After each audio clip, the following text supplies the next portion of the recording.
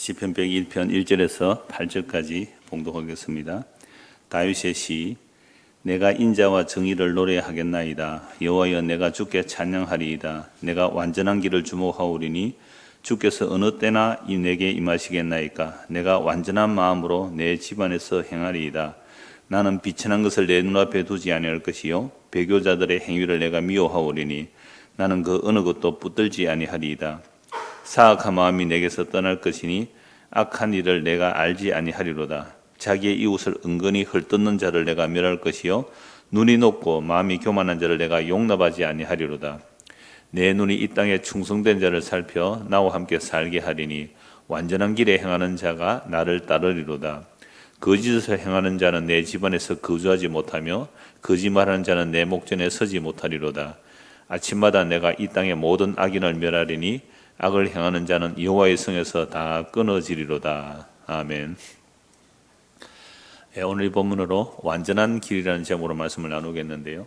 그 표제를 보면 다윗의 시 이렇게 되어 있잖아요. 그 다윗의 시로 되어 있는 이것이 끝이 났다는 게 사실 시편 72편 20절에 보면 이로 인하여 이새의 아들 다윗의 기도가 끝났다. 시편을 시, 노래 또는 찬양, 기도를 할 수 있으니까 다윗의 이새의 아들 다윗의 기도가 끝났다고 되어 있어요. 그런데 그래서 1편에서 71편은 거의 다윗의 시죠. 근데 72편의 또 표지를 보면 솔로몬의 시로 되어 있거든요. 솔로몬은 다윗의 아들이니까 다윗 언약 하에서 다윗의 시로 이렇게 모아놔도 되겠죠. 자, 그런데 오늘 이 시편 102편에 다시 다윗의 시로 되어 있고 다른 곳에서 다윗의 시가 몇 편 있는데요. 어떤 시편 학자의 글을 보면 시편 이 101편은 시편 90편에서 100편까지는 시편 90편에서 100편까지는 하나님의 우주적 통치를 노래한 것이라 그런 내용이 많죠. 시편 100편부터 90편부터 100편까지 하나님의 우주적 통치를 노래한 것이라면 101편부터 그 110편까지는 왕에 대한 하나님의 승리, 하나님께서 왕에 대해서 승리를 보존해주는, 그래서 왕이 우주를 통치하는 것 하나님, 이 땅 또는 이스라엘을 국한하기 때문에 이 땅을 통치하는 왕, 그래서 하나님께서 그 왕을 승리하게 하겠다는 약속이 101편부터 110편까지 하나의 어떤 묶음으로 되어 있다 이렇게 보더라고요. 물론 그렇게 볼 수도 있겠습니다. 그래서 101편 오늘 이제 설교 제목을 완전한 길이라고 제목을 붙였는데요. 2절을 한번 보시면 내가 완전한 길을 주목하오리니 주께서 어느 때에나 내게 임하시겠나이까. 내가 완전한 마음으로 내 집안에서 행하리다. 그런 말씀이 있고요. 그 다음에 6절을 보면 내 눈이 이 땅에 충성된 자를 살펴 나와 함께 살게 하리니 완전한 길에 행하는 자가 나를 따르리로다. 이렇게 되어 있죠. 그러니까 완전한 길, 완전한 마음 또는 완전한 길에 행하는 자가 주님을 따른다라고 말씀하고 있습니다.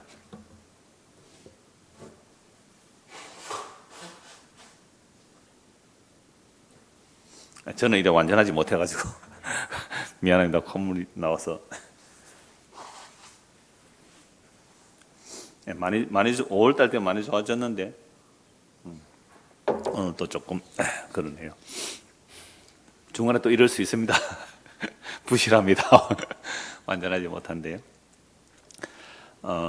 완전한 길에 또는 완전한 길, 완전한 마음 또는 완전한 길에 행하는 자가 주님을 따른다라고 말씀하고 있습니다.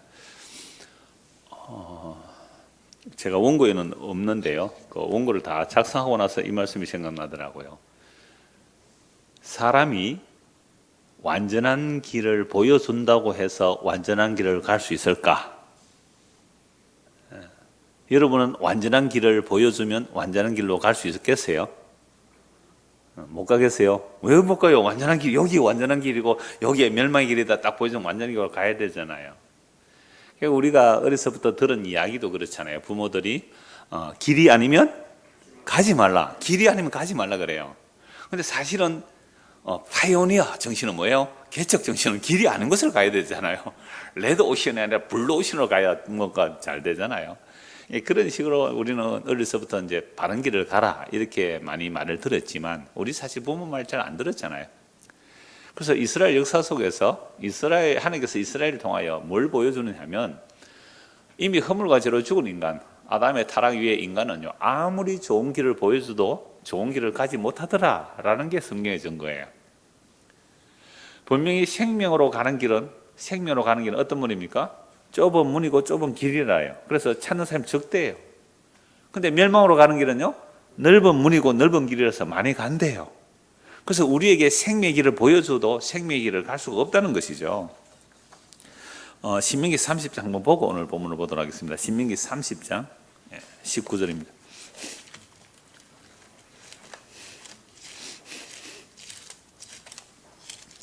신명기 30장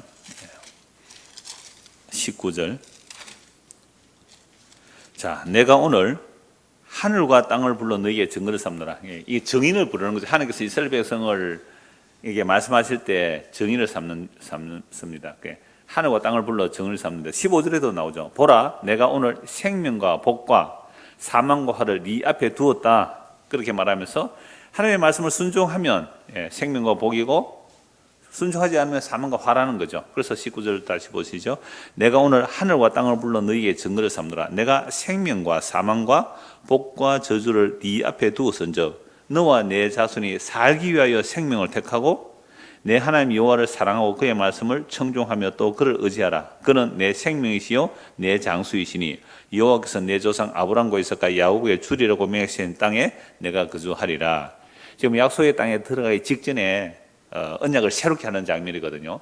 출애굽해서 40년 동안 광야에서 하나님 말씀 들었어요? 안 들었어요? 안 들었단 말이죠. 안 들었잖아요. 불순종했어요. 늘 거역했거든요. 이제 그런 이스라엘 백성들 이제 2세대죠. 1세대는 다 죽고 2세대가 이제 약속의 땅에 들어가야 되는데 다시 언약을 새롭게 하는 겁니다. 뭐라고 말합니까? 내가 너희 앞에 뭘 둔다고요? 생명과 복, 사망과 화 앞에 둔다. 그러니까 생명과 복, 사망과 저주, 사망과 화 앞에 둔다. 그래서 19절에 보면 이걸 따로따로 분리해서 말하죠. 내가 너희를 불러 생명과 사망, 복과 저주를 네 앞에 두었다. 너도 너의 자손도 살기 위해서 뭘 택하라는 거죠? 생명과 복을 택하고 사망과 저주를 택하지 말라. 그러니까 생명과 복으로 가는 길은 뭐예요? 하나님의 말씀을 순종하는 거죠. 사망과 저주는 하나님의 말씀을 순종 안 하는 거잖아요. 이렇게 말씀을 주어놓고 이스라엘 백성들이 약속의 땅에 들어갑니다. 결과는 어떻게 되었어요? 이들이 생명과 복을 택했습니까? 사망과 저주를 택했습니까? 사망과 저주를 택했기 때문에 북이스라엘은 아수르에 망하고 남유다는 바벨론에 망했거든요. 나라가 망했다는 것, 나라가 나누어지고 나라가 망했다는 것은 무슨 길로 간 거죠? 그러니까 사망과 저주의 길을 갔다 이 말이죠.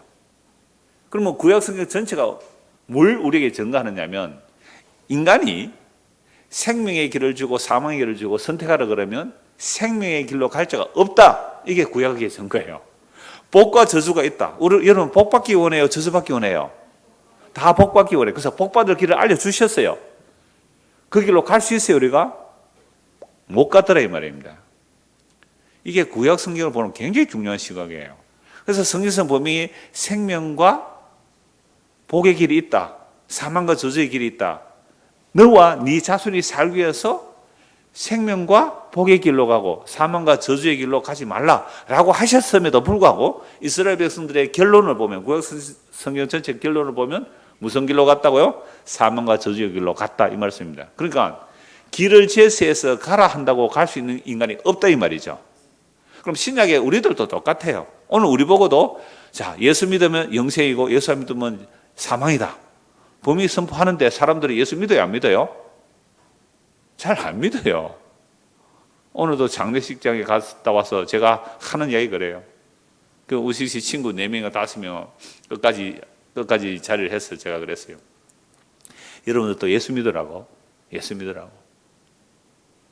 그러니까 이렇게 말해도 그 사람들은 뭐로 여겨요? 농담으로 여깁니다. 목사니까 직업이 목사니까. 목사는 목사가 직업이니까, 그러니까 교인들이 교회 많이 와야 목사 월급도 줄 거고 하니까 저래 말하는 거야. 이렇게 생각하지. 진짜 생명의 길을 말한다. 이렇게 아예 꿈에도 생각 안 하는 거거든요.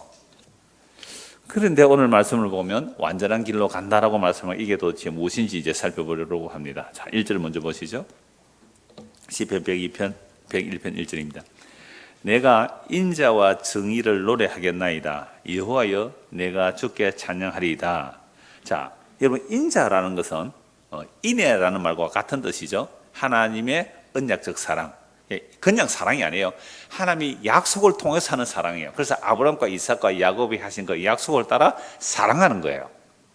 그래서 그 언약을 따르는 사랑, 그것하고 또 뭐예요?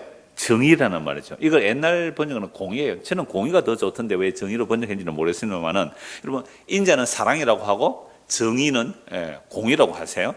그러면 사랑과 공의 같이 갈 수 있어요? 같이 갈 수 없어요? 없습니다, 이건.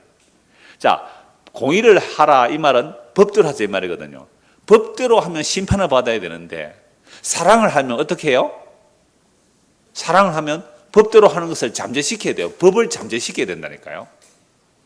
이게 인자와 정의가 함께 할 수 없는데 인자와 정의를 노래한다 이 말이죠. 그러니까 현장에서 가늠하는 여인을 잡아왔을 때 유대인들이 예수님 앞에 이렇게 질문하잖아요. 모세 율법에 의하면 이런 여자는 돌에 쳐 죽여야 됩니다. 근데 와 가늠하다가 여자만 잡혀왔어요. 남자는 어디 빼돌리고 이게 짝전한 거 아닌지 몰라요. 그러나 둘 다 잡아야죠. 남자는 도망갔는지 어땠는지 현장에서 잡혀와서 있을 때에 유대인들의 질문이 그거예요. 모세 율법에 의하면 이런 돌로 쳐 죽여야 된다. 근데 예수님은 무슨 말씀을 하셨어요? 사랑을 말씀하셨잖아요. 죄인들을 용서하는 사랑을 말씀하셨잖아요. 딱 충돌시키는 겁니다. 그러면 예수님, 당신이 예수님을 안 했겠죠. 사람들은 예수, 당신이 말하는 그 사랑과 율법은 돌로 쳐 죽이라는 이 공의, 정의잖아요. 이 정의와 당신이 말하는 사랑을 지금 이 유대인들이 와서 충돌시키는 거예요. 그래서 예수를 모함해서 죽여버리려고. 그때 예수님 뭐라고 말씀하세요? 침묵하시죠. 침묵하다가 땅에 손가락 걸을 서시고 하시는 말씀이 뭐예요? 너희 중에 죄 없는 자가 돌을 쳐라 그랬잖아요. 죄 없는 자가 돌을 쳐라. 그러니까 나이 든 사람부터 젊은 사람까지 돌멩이 다 내려놓고 가세요. 돌멩이 들고 쳐 죽이려고 하다가 나이 많은 사람이 죄를 더 많이 짓거든요. 하루 더 사람 죄를 하루 더 많이 지어요. 그래서 툭툭툭 제가 옛날 이석유할 때 조용한 침묵 속에 돌멩이 떨어지는 소리만 투둑투둑 들렸다. 그렇게 표현을 했는데요. 아무도 없어요. 그때 예수께서 그 여자에게 묻죠. 너를 정죄하는 자가 누구냐? 아무도 없습니다. 아무도 없습니다.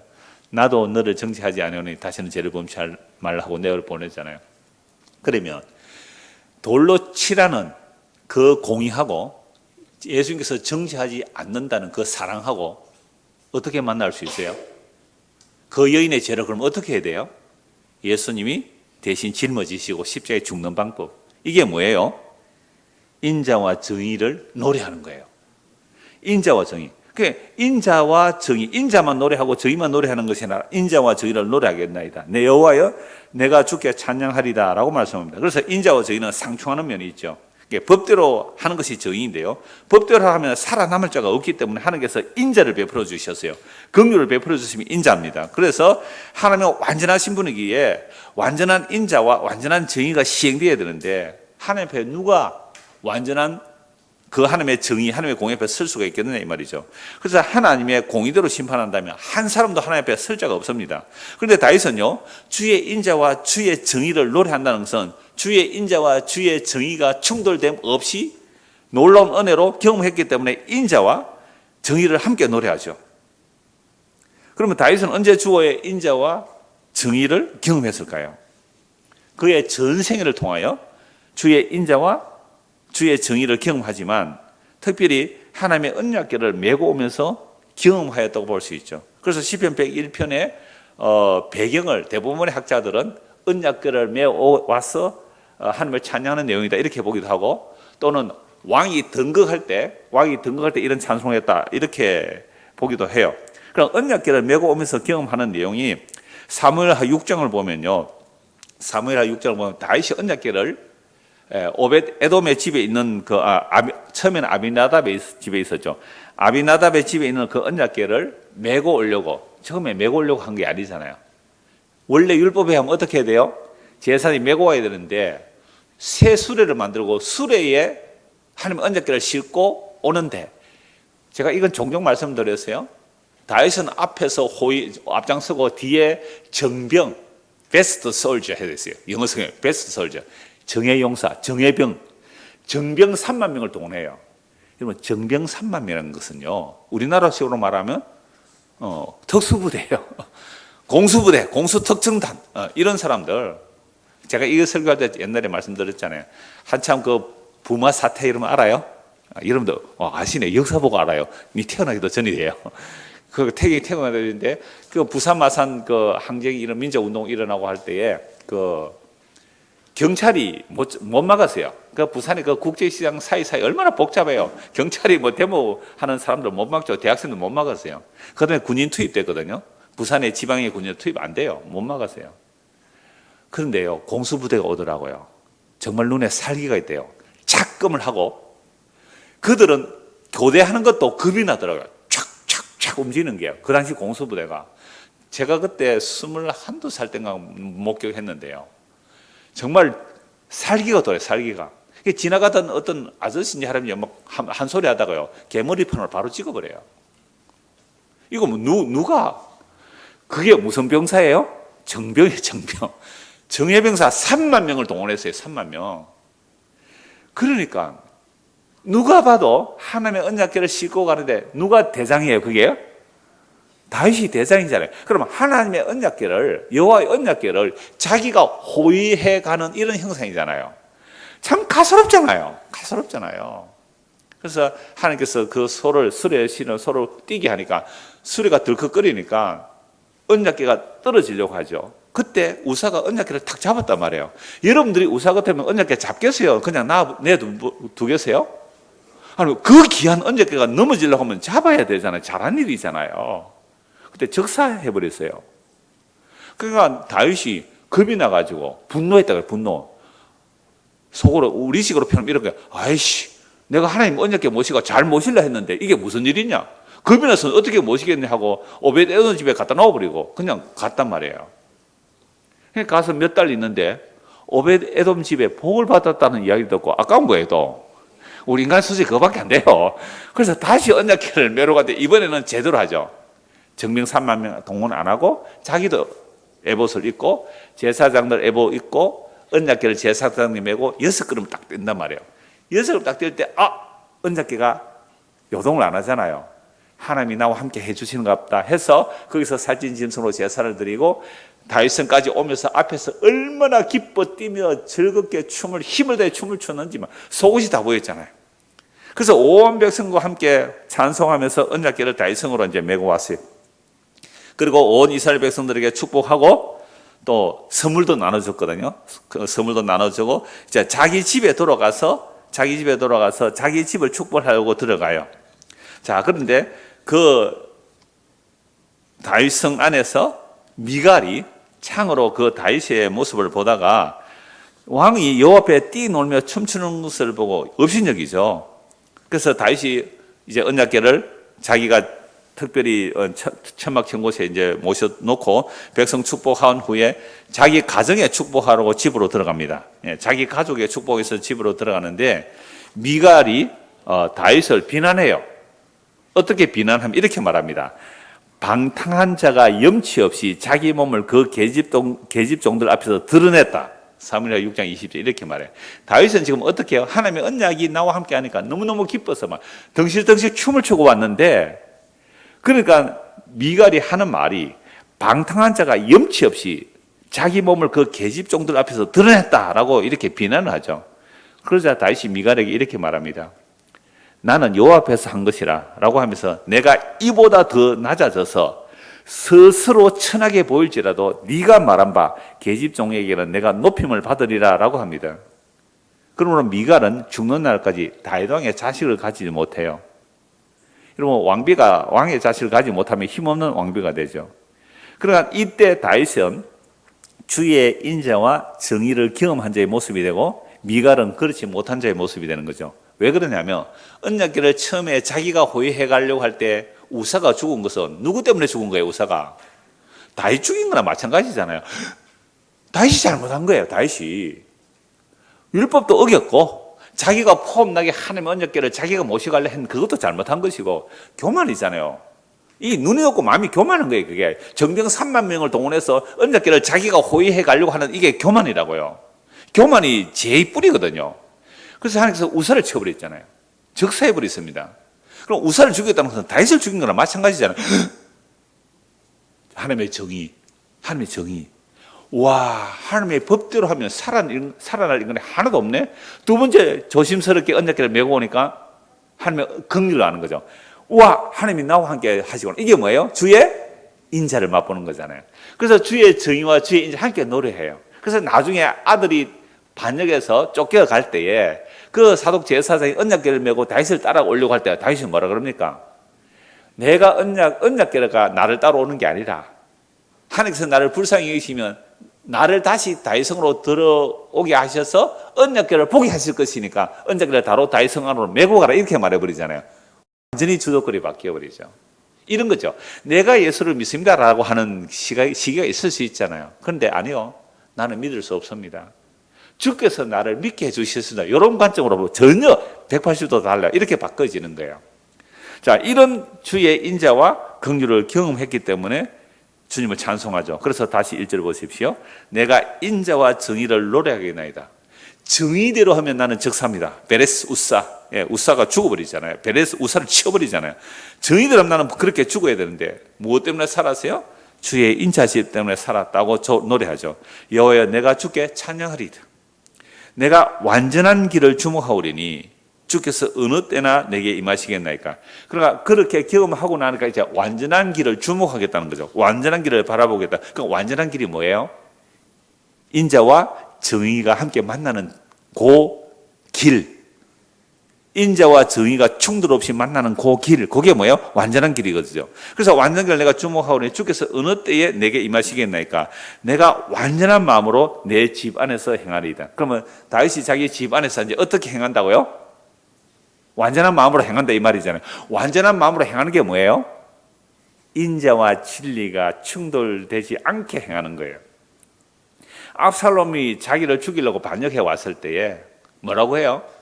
압살롬아 그러잖아요. 압살롬 죽이지 말라 그래요. 아니 아들이 아버지 죽이려면 반역인데 다 죽여버리자 되잖아요. 죽이지 말라 그래요. 뭘 알았어요? 인자와 진리를, 인자와 정의를 이제 좀 안 거죠. 물론 간음하고 살인했을 때도 주의 법대로 하면 어떻게 돼요? 인자와 이 간음하고 살인했을 때 주의 정의대로 하면 어떻게 됩니까? 이건 바로 아니 간음해도 돌에 처음 맞아 죽어야 되고 살인하면 바로 죽음이에요. 그러면 간음한 것도 죽어야 되고 살인한 것도 죽어야 되는데 안 죽었잖아요. 정의대로 하면 뭐예요? 자기는 율법에는 죽어 마땅하잖아요. 근데 왜 안 죽었어요? 주의 인자가 크시기 때문에. 이게 시편 51편 아니에요. 나는 모태로부터 죄 가운데 태어났고 죄만 짓고 살았고 죄 가운데 있었는데 그럼 그동안 착한 일 한 골리앗 물리치고 좀 바르게 한 일은 뭐예요? 그건 내가 한 거 아니에요. 그 주의 영이 기름 부음 받아서 주의 은혜로 한 것이지 내가 한 것은 죄뿐이에요. 라는 처절한 고백을 하죠. 그래서 이 다윗은요, 제가 아까 처음에 말씀드렸잖아요. 전생애를 걸쳐서 뭘 알았다고요? 주의 정의와 주의 인자를 아는 거예요. 그래서 자기 죄를 깨닫지 못했을 때에 나단 선지가 책망할 때에 이렇게 말하잖아요. 그런 놈은 죽어 마땅하다. 바로 자기잖아요. 그래서 주의 인자와 정의를 이제 노래하고 주의 인자와 정의의 그 길로 가면 이제 내 집안에서는 어떻게 살겠다고요? 완전한 마음으로 내 집안에 행하겠다는 말은 내가 이제 우리 집안에는 집안을 확대하면 나라잖아요. 우리나라에는 뭘로 다스리겠다? 주의 인자와 진리로 다스리겠다. 자, 그러면 인자와 진리로 다스릴 모습이 뭐냐면 3절에서 5절이거든요. 나는 비천한 것을 내 눈앞에 두지 아니할 것이요 배교자들의 행위를 내가 미워하오니 나는 그 어느 것도 붙들지 아니하리이다. 사악한 마음이 내게서 떠날 것이니 악한 일을 내가 알지 아니하리로다. 자기의 이웃을 은근히 헐뜯는 자를 내가 멸할 것이요 눈이 돋고 마음이 교만한 자를 내가 용납하지 아니하리로다. 그리고 눈이 없고 마음이 교만한 자를 용납하지 않는다라고 말했는데요.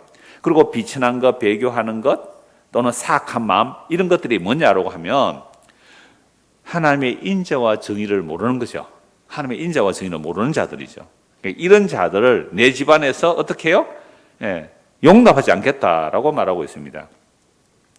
그래서 5절에 보면요. 자기의 이웃을 은근히 헐뜯는 자 누구예요? 아까 제가 언약궤 메고 올 때 다윗 집에서 누가 자기 이웃을 은근히 헐뜯는 자가 누구예요? 미갈이죠. 미갈. 그런 자 내가 멸할 것이요 눈이 높고 마음이 교만한 자 내가 용납하지 아니하리라 그렇게 말했거든요. 여러분 이 미갈은요 사울 왕의 딸이죠. 사울 왕의 딸이고 사울이 이 미갈이 다윗을 좋아하잖아요. 그래서 그걸 알고 사울은 다윗을 죽이려고 내 딸하고 결혼하려면 블레셋 사람 포피를 100개 배워라. 그러니까 다윗이 가서 블레셋 사람 포피 100개를 배워 사람 죽였잖아요. 블레셋 100개 포피를 100개를 가지고 와서 사울 왕에 바치고 미갈을 자기 아내로 얻잖아요. 그냥 아내는 자기 거죠. 그렇게 해서 이제 미갈이 다윗의 아내가 되는데 정혼했다 그렇게 돼 있어요. 자, 그런데 사울이 다윗을 죽이려고 할 때 다윗이 이제 쫓겨다니니까 사울 왕이 미갈을 또 누구에게 줘버려요? 발디라는 사람에게 아내로 주어버려요. 그 요세푸스에 의하면 전에도 한 말씀 드려요. 요세푸스는 성경이 아닌 성경 역사를 기록한 역사가인데요. 요세푸스의 책에 보면 이 미갈이 발디라는 사람에게 결혼해서 몇 년 다시 쫓겨다니니까 애가 둘인가 있어 그래요. 그러니까 나중에 다윗이 다시 이제 사울이 죽고 나서 왕이 되었을 때 미갈은 누구 아내예요? 원래 내 아내다. 내가 공짜로 받은 아내도 아니고 블레셋 사람 포피 100개를 베어주고 내가 받은 아내가 아내를 데려와 이랬단 말이에요. 그래서 장군이 가서 미갈을 데리고 올 때 이 발디가 어떻게 해요? 울면서 따라와요. 울면서. 안 그래요? 지금 몇 년 동안 살다가 애 놓고 살았던 아내를 뺏기는 일이니까 울면서 따라오니까 너 따라오면 죽인다니까 할 수 없이 갖고 미갈이 이제 다시 아내로 와서 살아요. 자, 그런데 이런 미갈은 발디에게 가서 결혼해서 살지라도 왕의 딸로 살았죠. 그 다음에 사울 왕이 죽더라도 다시 다윗에게 부름받았으니까 또 왕의 아내로 살고 있잖아요. 그러니까 이 사람은 눈이 높고 마음이 교만할 수밖에 없어요. 그래서 다윗이 그 계집 종들 앞에서 덩실덩실 춤을 추니까 미갈이 다윗에게 한 말이 뭐예요? 방탕한 자가 염치 없이 자기 몸을 그 계집종 앞에 드러냈다 이렇게 말하거든요. 이렇게 말하는 이게 뭐냐라고 하면 이제 3절에서 5절 내용이에요. 보세요. 나는 비천한 것. 누가 비천할까? 미갈이 볼 때는 누가 비천해요? 아니 왕이 채식물이 없이 좀 점잖게 근엄하게 이렇게 와야죠. 만약에 미갈이 다윗을 존경했을 경우는 어떤 경우가 존경했을 경우예요? 처음에 실패 안 했을 때 자기가 대장이 돼가지고 3만 명 정병 동원해서 언제께 모시고 촥촥촥 올 때는 와 역시 우리 남편 멋있어. 3만 명이 일사불란하게 움직이구나. 언제께도 우리 남편이 호위에 오거나 역시 우리 남편 대단해 하고 막 남편 존경했을 거예요. 그죠? 근데 그렇게 하는 것이 실패잖아요. 두 번째, 다윗이 제사장 몇 명에서 언약궤 메고 오는데 너무 기뻐가 힘을 다해 뛰놀았다 그러거든요. 그러니까 미갈이 볼 때는 뭐예요? 그 다윗의 마음을 알아요? 몰라요? 몰라요. 하나님의 정의대로 하면 죽어야 되는데 하나님의 긍휼로 언약궤가 같이 한다는 것 때문에 기뻐 뛰노는데 이걸 보고요 미갈이 뭐라고 한다고요? 저 방탕한 자가 염치 없이 이렇게 말해버렸어요. 저 방탕한 자가 염치 없이. 이게요 눈이 높고 마음이 교만한 모습이에요. 그래서 나는 비천한 것을 내 눈앞에 두지 아니할 것이요 배교자들의 행위를 내가 미워하리니 나는 그 어느 것도 붙들지 아니하다. 이 비천하다. 미갈은 다윗을 보고 비천하고 방탕하다 그랬지만 이제 다윗은 오히려 미갈을 보고 말하고요. 네가 비천하다 이 말이 있잖아요. 네가 비천하다. 그러니까 아주 높고 우아한 왕비로 있는 그 미갈이 다윗의 시각으로 볼 때는 비천한 자로 보여야 되죠. 그래서 사악한 마음이 내게서 떠날 것이니 악한 일을 내가 알지 아니하려다. 자기 이웃을 은근히 헐뜯는 자를 내가 멸할 것이요 눈이 높고 마음이 교만한 자를 내가 용납하지 아니하리라. 그러니까 지금 미갈이 누구를 헐뜯는 거예요? 자기 남편을 헐뜯잖아요. 왜 남편을 헐뜯어요? 하나님의 언약이 나와 함께하니 주의 인자 때문에 기뻐 춤을 추는 그걸 보고 헐뜯잖아요. 그게 바로 눈이 높고 마음이 교만한 거예요. 잠언서 21장 4절에 보면 이런 말씀이 있습니다. 눈이 높은 것과 마음이 교만한 것과 악인이 형통한 것은 다 죄니라. 뭐가 죄라고요? 눈이 높고 마음이 교만한 게 죄죠. 여러분 눈이 높아요? 안 높아요? 여러분 눈이 높아요? 안 높아요? 잘 모르시는가 보네. 마음이 교만해요? 안 해요? 우리는요 전부 다 눈이 높고 마음이 교만해요. 그래서 불만이에요. 원망이에요. 범사가. 우리 눈이 높지 않고 마음이 교만하지 않으면 범사가 감사해요. 어떻게 나 같은 죄인에게 이런 아내를 다 주셨을까? 이런 나 같은 죄인에 이런 남편을 다 주셨을까? 좀 애는 먹이지만 이런 자식을 다 주셨을까? 막 이렇게 해야 되는데 우리 눈이 높고 마음이 교만해가지고 감사가 안 나와요.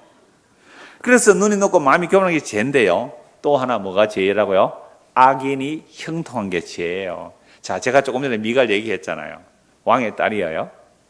그래서 다윗과 살다가 다윗이 쫓겨났을 때 다른 사람에게 시집 갔지만 아버지가 시집 보낼 때 왕이 돼 그냥 보냈을까요? 그 공주로 후하게 혼수해가 보냈을까요? 공주로 후하게 혼수 보내가지고 종들까지 다 딸려 보낸다고요. 쥐는 뭐 우리 흔히 하는 말로 손에 물도 한번 안 담그고 사는 왕의 딸이란 말이에요. 그리고 또 다시 자기 아버지 죽어버리도 또 다윗에게 왕이잖아요. 그러니까 이 사람은 지금 악인이지만 늘 형통했잖아요. 그래서 언약궤 메고 기뻐 뛰며 춤을 추는 그 다윗을 보고 방탕하고 염치 없는 자라고 그렇게 이웃을 헐뜯어 버렸단 말이죠. 이게 바로 주의 인자와 정의를 모르는 눈이 높고 마음이 교만한데도 형통한 죄인의 모습입니다. 차라리 미갈이 비천한 계집종이었다면 그 다윗과 함께 기뻐했을 거 아니에요. 미갈이 비천한 종이었다면, 계집종이다, 여종이었다면 다윗과 함께 오히려 찬송했을 거란 말이에요.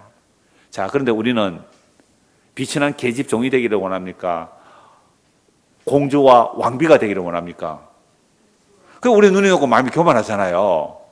내가 니한테 시집오고 이렇게 고생한다. 내가 니하고 결혼하기 이렇게 고생한다. 이렇게 한다는 게 뭐예요, 우리는? 눈이 높고 마음이 교만해서 그래요. 회개할 게 많죠, 이제? 이제 본문 6절을 보십시오. 내 눈이 이 땅에 충성된 자를 살펴 나와 함께 살게 하리니 완전한 길에 행하는 자가 나를 따르리로다. 이건 다윗의 말이지만 사실은 그리스도의 영이 임한 하나님의 예수님의 말이잖아요. 그래서 내 눈이 이 땅에 누구를 살핀다고요? 충성된 자를 살펴서 나와 함께 살게 하겠는데 그들은 완전한 길에 행하는 자가 나를 따르리로다. 그럼 완전한 길에 행한다는 게 누구예요? 주의 정의 앞에, 주의 공의 앞에 자기는 적사해서 마땅한 죄인인 줄 아는데 그 주의 정의가 하나님의 자기 희생으로 나에게 하나님의 인자를 베풀어 주셨군요 를 알고 믿는 자들이 완전한 길에 행하는 자들이에요. 그런 자들이 주님을 따르고 그런 자들은 나와 함께 살게 해주겠다는 거죠. 그러니까 천국에는 어떤 자가 가는 거예요? 주의 인자와 주의 정의를 아는 자들이 주님의 그 나라에 가는 거죠. 그래서 7절 보십시오. 거짓을 행하는 자는 내 집안에 거주하지 못하며 거짓말하는 자는 내 목전에 서지 못하려. 이게 거짓말하고 거짓하는 자가 어떤 자들이에요? 눈이 높고 마음이 교만하고 악인이 형통한 거예요. 그걸 우리 다 좋아하잖아요. 그게 하나님 앞에 못 설 자들이잖아요. 그래서 아침마다 내가 이 땅의 모든 악인을 멸하리니 악을 행하는 자는 여호와의 성에서 다 끊어지리로다. 하나님의 성에 못 들어간다는 거 아니에요. 그러면 하나님의 성에 못 들어간다. 이 악인이 누구였다고요? 미갈이었잖아요. 대표적으로 미갈이었어요. 그러니까 미갈은 하나님의 성에 거하지 못한다. 물론 다윗과 함께 왕궁에 살았어요. 그러니까 성에서 끊어진다는 말이 뭐예요? 왕비가 뭘 못 가져요? 왕의 실을 못 가지면 그건요 나중에 왕의 은택을 입은 무술이만도 못하다 이 말입니다. 그죠? 왕궁에 수많은 여인들이 있는데 그 밥하고 물 깃는 그 여인 하나 왕의 마음에 들어서 왕이 하룻밤 자서 그 여자가 임신을 하게 되면 뭐가 돼요? 갑자기 빈이 되잖아요. 그러면 자기가 아무리 왕비라도 왕의 실을 가지고 정말 무술이마도 못하는 왕이 찾아가지도 않는 그런 여인이 되어버리잖아요. 그렇게 여호와에서 끊어진 거나 다를 바가 없잖아요. 그래서 주의 인자와 진실, 그러니까 주께서 이 땅을 살펴보시는데 완전한 길에 행하는 자를 내 성에 살게 하겠다. 그러니까 아까 제가 말씀드렸잖아요. 완전한 길에 행한다는 것은 우리의 어떤 윤리도덕적인 자세나 율법 지킴의 의미가 아니라 그랬잖아요. 뭘 아는 자라고요? 주의 정의 앞에 주고 마땅한데 주의 인자 때문에 내가 살았습니다 라는 자들을 주께서 자기 집에 거하게 하겠다라고 말씀하는 거죠. 자, 그래서 시편 32편 한번 보시죠. 우리가 옛날에 본 말씀인데 시편 32편 1절입니다. 시편 32편 다윗의 마스길, 다윗의 교훈 이렇게 되어 있는 뜻이죠. 자, 허물의 사함을 받고 자신의 죄가 가려진 자는 복이도다. 그러니까 다윗은 주의 인자함 때문에 살았다 이 말입니다. 주의 정의대로 하면 자기는 죽었다 이 말이죠. 그래서 내 허물의 사함을 받고 내 죄가 가려졌다. 그래서 복이 있도다라고 말합니다. 마음에 간사함이 없고 여호와께 정죄를 당하지 않은 자는 복이 있도다. 내가 입을 열지 아니할 때에 종일 신음함으로 내 뼈가 씨하였도다. 주의 손이 주야로 나를 누르시오니 내 진액이 빠져서 이런 가뭄에 마른 같이 되었나이다. 그래서 죄를 자복하는 것도 스스로 할 수 없었다는 거죠. 주님께서 어떻게 해요? 누르니까 죄를 토설하잖아요. 간음하고 살인해도 지 죄를 몰라요. 주께서 나단 선지자를 통해 누르니까 토설하게 나오잖아요. 내가 이르기를 내 허물을 여호와께 자복하리라 하고 주께 내 죄를 아뢰고 내 죄악을 숨기지 아니하였더니 곧 주께서 내 죄악을 사하셨나이다. 주의 긍휼이잖아요. 이로 말미암아 모든 경건한 자는 주를 만날 기회를 얻어서 주께 기도할지라 진실로 홍수가 범람할지라도 그에게 미치지 못하리로다. 그 이 각주를 보면 죄를 깨달을 때 이렇게 돼 있죠. 그러니까 이로 말미암아 모든 경건한 자는 죄를 깨달을 때에 주께 기도하라는 거죠. 진실로 홍수가 범람할지라도 그에게 미치지 못하리니 주는 나의 은신처요 환난에서 나를 보호하시고 구원의 노래로 나를 두르시리다. 노아 홍수 때에 그 엄청난 홍수 같은 것이 범람해도 그게 미치지 못한다. 그리고 노아도요 당대의 완전한 자라 그랬거든요. 당대의 완전하다. 그 시대의 완전한 의인이다 이 말이거든요. 노아가 완전해서 완전해요? 아니요. 노아가 완전하던 그 말씀 바로 앞에 보면 그러나 노아는 은혜를 입었다. 은혜를 입었기 때문에 완전한 자예요. 노아의 어떤 행위가 완전하다는 게 아니고 은혜를 입었기 때문에 노아가 완전하다 그래. 그래서 이 완전한 길에 행한 일이 뭐예요? 하나님의 심판인 노아 홍수의 심판을 알고 그래서 방주를 예배하는 거. 이게 뭐예요? 주의 정의와 주의 인자를 아는 거예요. 이게 노아가 완전한 자예요. 은혜를 입으면. 그래서 오늘 저와 여러분들도 하나님의 은혜를 입으면 뭘 알게 돼요? 주의 정의와 주의 인자를 알죠. 주의 정의대로 하면 우리는 베레스 우사처럼 홍수에 다 빠져 죽은 인간들처럼 소돔과 고모라에서 불태워 죽은 자들처럼 우리는 다 죽어야 마땅한데 무엇 때문에 살았어요? 주의 인자심이. 주의 인자는 끝이 없고 주의 인자가 아침마다 새로우니 주의 인자는 끝이 없다고요. 주의 긍휼, 그 언약을 따르는 사랑은 끝이 없다고요. 정말로 우리가 주의 긍휼을 입었다면 눈이 높고 마음이 교만한 것이 죄인 줄 알아요. 그런 자들은 어떻게 해요? 이웃을 헐뜯지를 못하죠. 미갈이 다윗을 이 방탕하고 비천한 자라 그랬잖아요. 예수를 보고 욕하는 거랑 똑같은 거예요. 십자가 지고 가는 그 예수 보고 욕하는 인간이나 미갈이나 똑같다 이 말입니다. 그래서 8절 보세요. 내가 네 갈 길을 가르쳐 보이고 너를 주목하여 훈계하리로다 이렇게 돼 있잖아요. 내가 네 갈 길을 가르쳐 보이고 시편 32편 8절입니다. 오늘 설교 제목이 뭐예요? 완전한 길. 내가 네 갈 길을 그 완전한 길을 가르쳐 보이고 너를 주목하여 훈계하겠다. 너희는 무지한 말이나 노새같이 되지 말라. 그것들은 재갈과 굴레로 단속하지 않으면 너희에게 가까이 가지 아니하리로다. 악인에는 많은 슬픔이 있으나 여호와를 신뢰하는 자에게는 뭐가 두른다고요? 인자하심이 두르리로다. 너희 의인들아 여호와를 기뻐하며 즐거워할지어다. 마음이 정직한 너희들아 다 즐겨 외칠지라. 이게 뭐예요? 허물과 죄가 사함을 받았단 말이에요. 허물과 죄가 사함을 받고 나니까 주의 정의대로 하면 나는 죽어 마땅한데 주께서 우리 죄악을 사해 주셨다는 거예요. 그래서 주께서 우리의 길을 인도해 가시고 주께서 우리의 인도해 가시고 10절에 악인에는 많은 슬픔이 있으나 여호와를 신뢰하는 자에게는 뭐가 두른다고요? 인자하심이 둘러서가는 인자하심을. 그러니까 찬송하는 거예요. 이것도 다윗의 시편이잖아요. 자, 그래서 오늘 본문 다시 보십시오. 본문 101편 5절 자기의 이웃을 은근히 헐뜯는 자를 내가 멸할 것이요 눈이 높고 마음이 교만한 자를 내가 용납하지 아니하리로다. 이제 이 말씀이 이제 선명해지죠. 그래서 내 눈이 이 땅에 충성된 자를 살펴 나와 함께 살게 하리니 완전한 길에 행하는 자가 나를 따르라. 아까 노아의 말씀드렸고 조금 전에 시편 32편 말씀을 드렸고, 그래서 완전한 길에 행한다는 것은 율법을 100% 지켰다, 윤리도 착했다 이 말이 아니잖아요. 바울이 율법의 의로는 흠이 없다고, 나는 율법으로 완전한 자라고 했습니다. 율법으로 완전한 자라고. 그런데 이 사울이 무슨 짓을 했습니까? 스데반을 돌로 쳐 죽이고 예수 믿는 사람을 잡아 죽이려고 다메섹으로 가다가 주님을 만났죠. 주님 만나고 나니까 나의 가진 율법의 의가 예수를 죽인 죄인 줄 알죠. 내가 가진 율법의 의가 예수 죽인 죄인 줄 알고 그때부터 어떤 복음을 전합니까? 로마서 4장에서 시편 32편을 그대로 인용하죠. 하나님께 받은 복, 다윗이 받은 복이 뭔지 압니까? 바로 허물이 사함을 받고 그 죄가 가려움을 받은 자는 복이 있습니다. 그것도 일한 것도 없이 경건하지 않은 자를 믿는 자를 의롭다 하시는 하나님을 믿는 그 믿음으로, 그 바로 앞에 아브라함 얘기가 나오고요. 그래서 로마서 4장에 아브라함과 다윗이 받은 복은 일한 것도 없이 오직 믿음으로 의롭다함을 받은 이 복을 말하고 있잖아요. 그러니까 바울이 주의 뭘 알았어요? 정의와 인자를 알죠. 그 주의 정의를 아는 순간에 뭐예요? 사울아 사울아 네가 나를 왜 핍박하느냐. 주여 당신이 누구십니까?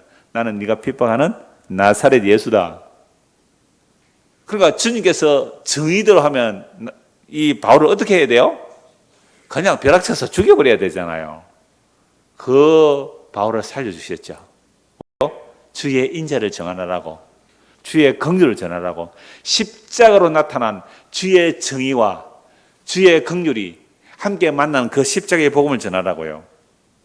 정말 어마어마한 내용이죠. 그래서 아브라함에게도요 이렇게 말씀합니다. 창세기 17장 1절에 보면요, 하나님께서 아브라함 이렇게 말씀하죠. 아브라함이 99세 때에 여호와께서 아브라함에게 나타나서 그에게 이르시되 나는 전능한 하나님이라 너는 내 앞에서 행하여 완전하라. 이게 자주 말씀을 드렸죠. 여러분, 여호와께서 아브라함에게 99세에 나타나셔서 나는 전능한 하나님이다. 너는 내 앞에서 행하여 완전하라. 어떻게 사람이 완전할 수 있어요? 우리가 어릴 때 이런 말을 많이 들었어요. 사람이 실수를 하잖아요. 사람은 뭐가 아니니까? 신이 아니니까. 또는 사람은 기계가 아니니까. 뭐 기계는 좀 정확하잖아요. 착각 하는 거예요. 근데 기계도 고장나죠. 그러니까 우리 어려서 사람은 신이 아니니까, 사람은 기계가 아니니까 실수한다. 뭐 이런 말들을 많이 하던데요. 그런데 99세 된 할아버지 아브라함에게 하나님께서 나는 전능한 하나님이다. 너는 내 앞에서 행하여 완전하라. 왜 이 말씀을 하셨을까요? 하나님께서 아브라함을 부르실 때에 나는 너에게 많은 민족을 이루게 해주겠다. 그래서 씨와 땅을 약속해 주거든요. 너를 통해 많은 씨가 나올 것이다. 많은 민족이 이루어질 것이다. 그리고 땅을 약속했다고요. 그런데 자식 없어요. 결혼해서 원래 사라는 그 불임 여성이고요. 아이가 없는데도 그 약속을 해요. 그 다음에 창세기 15장에서는 이렇게 말씀하죠. 아브라함아, 내가 너의 지극히 큰 상급이고 내가 너의 방패다. 그러니까 아브라함이 하나님 나에게 무슨 상 줬습니까? 이렇게 말했단 말이에요. 너는 자식도 하나 없는데요. 12장에서 씨를 약속하셨는데 씨가 없었어요. 15장에 왔어도. 그래서 하나님께서 아브라함에게 하늘의 별, 네 후손이 저와 저처럼 많을 것이다. 그러니까 아브라함이 이제 하나님의 훈련을 받았죠. 믿음 훈련을 받아서 하나님이 말씀하시면 무슨 뜻인지 이루어지면서요. 우리가 믿는 것은 딱 그거예요. 성경을 공부하는 이유가 뭐예요? 하나님이 말씀하시면 말씀대로 이루어집니다. 요거 믿는 거예요. 그럼 하나님께서 이 천지 만물 사라진다 그러면 뭐예요? 사라지는 거예요. 그 전에 뭐 하라고요? 회개하고 예수 믿으라는 거예요. 그럼 영원 생명 얻는다. 이게 하나님 말씀이잖아요. 그대로 이루어집니까? 안 이루어집니까? 이루어지는 건 우리가 그 말씀 믿는 거 아니에요. 자, 그래서 아브라함에게 그런 훈련을 시켜서 15장에 와서는 드디어 믿음이 생겼죠. 하나님이 뭐라고 말씀하시면 이루어질 거야. 그래서 씨가 없지만 씨 준다. 아멘 하고 믿었어요. 그걸 보고 뭐라 그래요? 너가 의롭다 했거든요. 하나님의 약속을 믿었는데 그거 보고 의롭다 그래요. 그게 창세기 15장 6절이거든요. 그러니까 하나님께서 아브라함에게 내가 너에게 씨 줄게. 네. 어려워 이랬단 말이죠. 그 씨가 누구예요? 예수 그리스도거든요. 이게 갈라디아서 3장 16절에서 그 씨는 그리스도 예수라 이렇게 했거든요. 아브라함이 누구 믿고 어렵다는 받아요? 예수 믿고 어렵다는 걸 봤잖아요. 그런데 그 예수를 믿는다는 것은 아직도 자기 씨가 없는데 씨를 주신다는 뭘 믿어요? 하나님의 약속을 믿잖아요. 이 약속을 믿기까지 어마어마한 훈련을 시켰죠. 하나님께서 수많은 훈련을 시켜서 이제 하나님의 약속을 믿고 어렵다는 걸 받았단 말이에요. 그런데 자식이 생겨요? 안 생겨요? 안 생기죠. 그럼 뭐 해야 돼요? 가만히 있으면 됩니다. 뭐 하고? 하나님의 약속 믿고 가만히 있으면 되는데 왜 자꾸 뭘 하려고 그래요? 딱 그때 누가 개입합니까? 여자가 또 개입을 하거든요. 왜 그 하와가 말이죠. 아담을 유혹하잖아요. 사라가 있다가 여보 당신이 심으면 되지. 옛날에는 그랬거든요. 우리도 치바지가 있었잖아요. 당신이 심으면 되지. 그러니까 당신이 누구요? 하갈, 그 애굽에서 얻은 여종 아닙니까? 하갈을 취하여 아이를 낳으면 그 아이를 내 품에 안으면 되잖아. 시바지로 사용하고 그게 당신의 심으면 되지. 가만히 생각해보니까 어떻게 해요? 그 말 일리가 있거든요. 뭐 그럼 그러지 하고 하갈과 아이를 낳았어요. 그게 이름이 뭐예요? 이스마엘. 이스마엘 놓고 13년 동안 하나님께서 침묵하세요.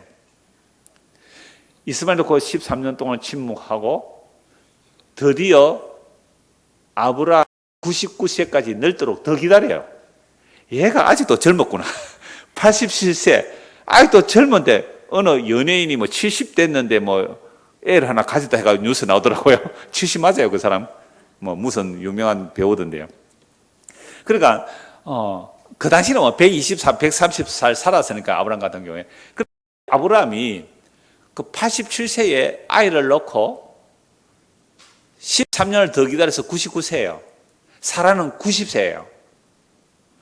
그런데 사라는 이미 불임 여성이다 생리가 끊어졌는데 하나님께서 아브라함에게 오셔서 하신 말씀이 너는 내 앞에서 행하여 완전하라. 이 말은 뭐예요? 내가 전능한 하나님이다. 이 전능한 하나님이라는 것은 무엇에 전능하시다고 그랬어요? 자기 약속에 전능한 하나님인데 내가 너에게 약속했잖아.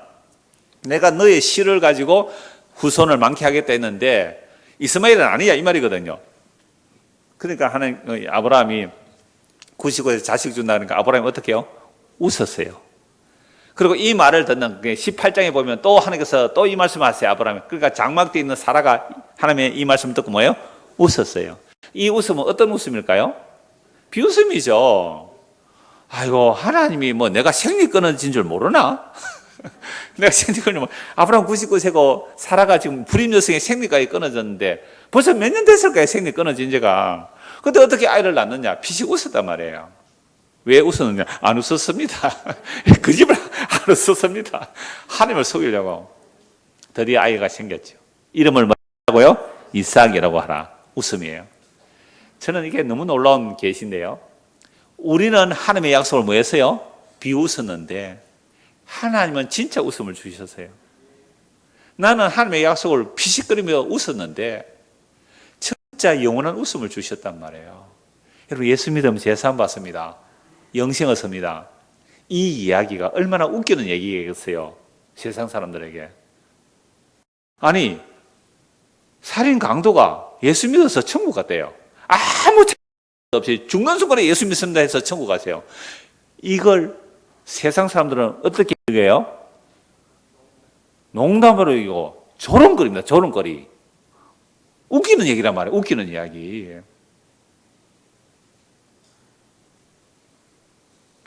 그래서 하나님께서 아브라함에게 할례를 명하시는 것은 너의 혈육의 능력이 아니야. 하나님의 약속의 자녀가 되는 것은 혈육의 능력이 아니야. 그래서 할례해. 99세 할례하잖아요. 그리고 사라가 생리 끊어진 사이에서 이삭이 태어나잖아요. 그래서 바울 사도는 이 아브라함의 믿음을 무슨 믿음이라 그래요? 없는 데서 생겼고 죽은 데서 살아나는 방식. 오늘 저와 여러분들이 하나님의 은혜로 예수를 믿게 되는 것은 없는 데서 생겼고 죽은 데서 살아나는 방식. 어떻게 너 그런 믿음이 있어? 하면 뭐라고 해요? 나에게서는 원인이 없습니다. 나에게는 원인이 없어요. 하나님의 은혜입니다. 라고 말하는 자들이 교회예요. 허물과 죄로 죽은 자들이 그걸 알고 은혜로 모인 것이 교회예요. 그러니까 교회 모인 사람들끼리는 뭘 못해요? 은근히 헐뜯는 일 해요? 못해요? 그런데 해요? 안 해요? 왜 해요? 눈이 높고 마음이 교만해서 그래요. 아직도 그 눈이 높고 마음이 교만한 것이 깨어지려면 한숨이 나죠. 저 눈이 높고 마음이 교만한 개척이 깨어지려면, 눈이 높고 마음이 교만하고 악인의 형통함이 깨어지려면, 요즘 또 인사청문회 하지요. 여러분 정권이 바뀌도 인사청문회 하면요, 그놈이 그놈이죠.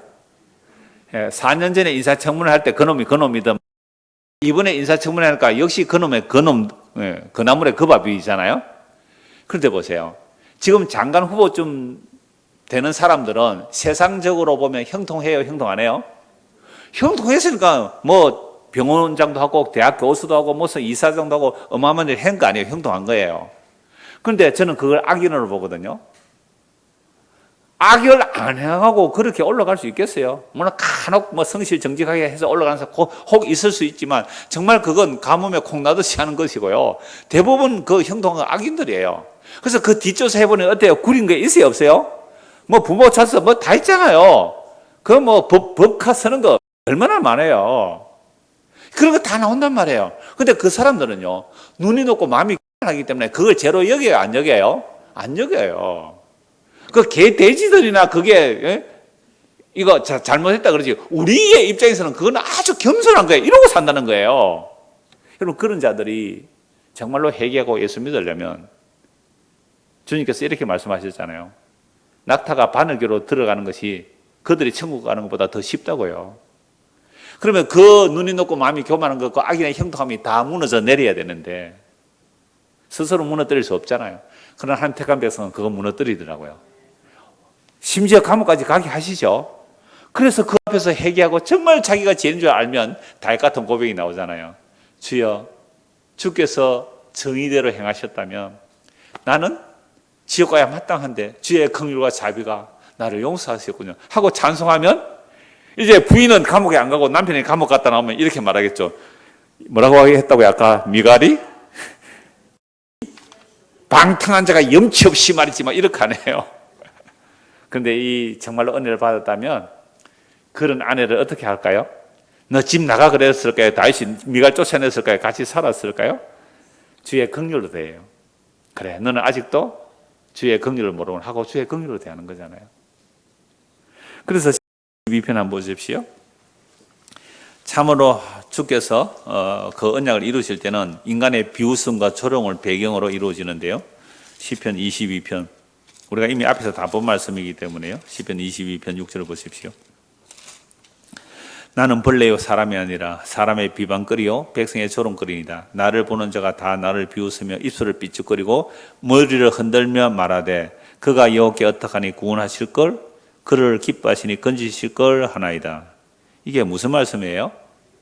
다윗이 성령의 감동으로 1000년 뒤에 올 그리스도가 고난받음을 마치 눈으로 보듯이 그리고 있잖아요. 이거 십자에서 그대로 일어나죠.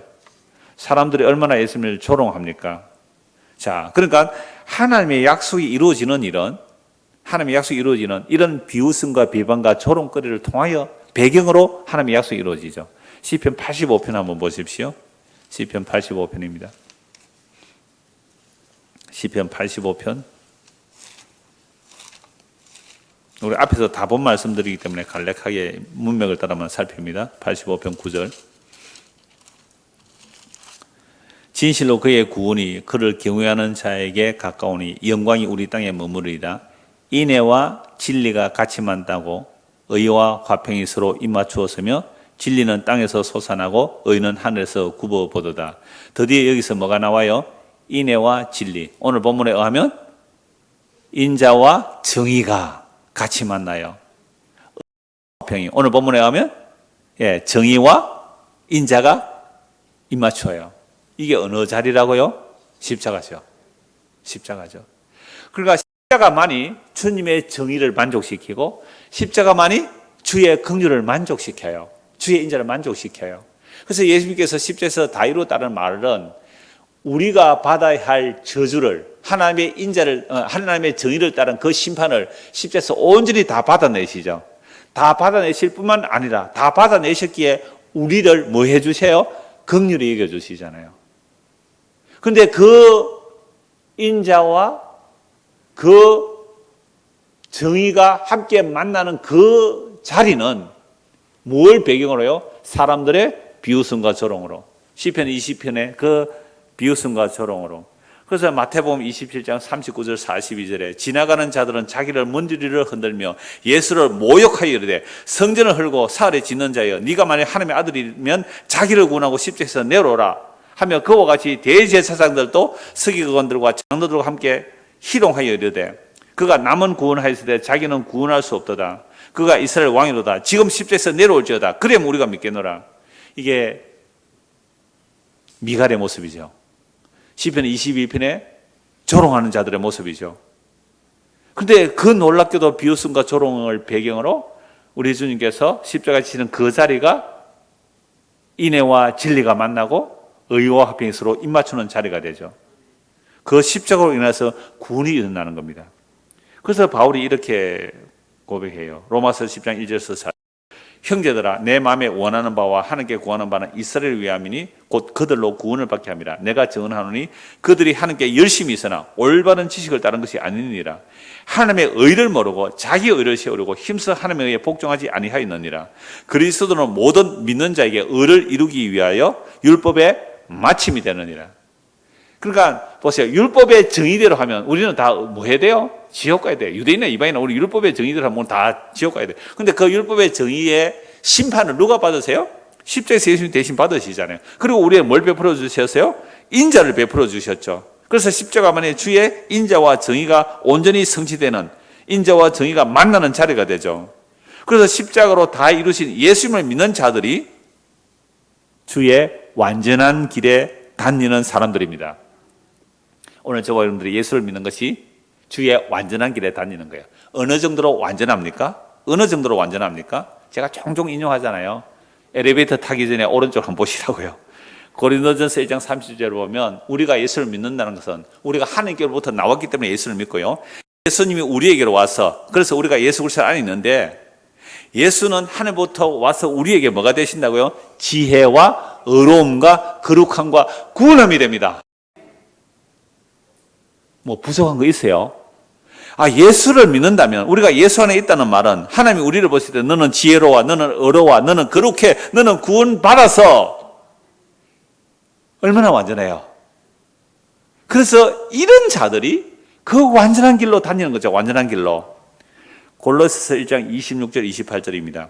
이 비밀은 만세와 만대로부터 감추어졌던 것인데 이제는 그의 성도들에게 나타났고 하나님이 그들로 하여금 이 비밀의 영광이 이방인 가운데서 얼마나 풍성한지를 알게 하려 하심이라. 이 비밀은 너희 안에 계신 그리스도니 곧 영광의 소망이니라. 우리가 그를 전파하여 각 사람을 권하고 모든 지혜로 각 사람을 가르치면 각 사람을 그리스도 안에서 완전한 자로 세우려 함이니. 바울이 복음을 왜 전했다고요? 복음을 듣는 자들을 어떻게 한다고요? 완전한 자로 세우려고. 그럼 우리가 완전한 자로 세우려고 하면 어떻게 하면 완전한 자로? 그 예수 믿는 일에 하나님의 은혜로 예수 믿는 일 외에 다른 거 덧붙이지 말고 예수님만 믿는 것. 이런 자를 하나님께서 보실 때는 뭐라고요? 너는 나의 완전한 자다 이렇게 말하잖아요. 어느 정도로 완전하다고요? 아까 예수 안에 있으면 우리가 의롭고 지혜롭고 거룩하고 구원받았고 심지어 우리가 예수를 믿으면 에베소서 말씀에 의하면 점도 흠도 티도 주름 잡힌 것도 없이 완전한 자로 세워요. 누구 안에 있으면요? 예수 안에 있으면. 이게 어린 양의 혼인잔치에 나가는 그 의의 옷을 입고 있는 자들. 그래서 그 옷에다 다른 거 덧칠을 하지 않는 것. 그 옷을 빠는 자들. 그 옷만 지키고 있는 자들. 너는 나와 함께 완전한 그 성에서 완전한 길로 갈 것이야. 얼마나 놀라워요. 예수 믿고 이 완전한 길로 이끌려가는 저와 여러분 되기를 소원합니다. 기도하겠습니다. 하나님 아버지, 완전한 길로 가라고 한 말씀은 율법 완벽하게 지키라는 것도 윤리 도덕적으로 착하게 살라는 것도 아닌 예수 믿고 살라는 말씀이었습니다. 하나님의 정의대로 하면 우리 다 심판받아 지옥 가야 됩니다. 그 하나님의 진노의 그 정의를 십자가로 대신 받으시고 우리에게는 주의 놀라운 인자와 긍휼을 베풀어 주신 인자와 정의가 함께 만난 십자가로 인하여 우리가 용서받고 하나님의 자녀가 되었습니다. 우리가 정말 이 은혜를 입었다면 미갈처럼 살 수가 없습니다. 긍휼을 입은 다윗처럼 긍휼의 마음으로 살아갈 수밖에 없사오니 우리가 성도로 모였고 교회로 모였다면 이 놀라운 긍휼이 우리 안에 흘러 넘쳐날 수 있도록 날마다 은혜를 더하여 주시옵소서. 예수 그리스도 이름 받들어 기도드리옵나이다. 아멘.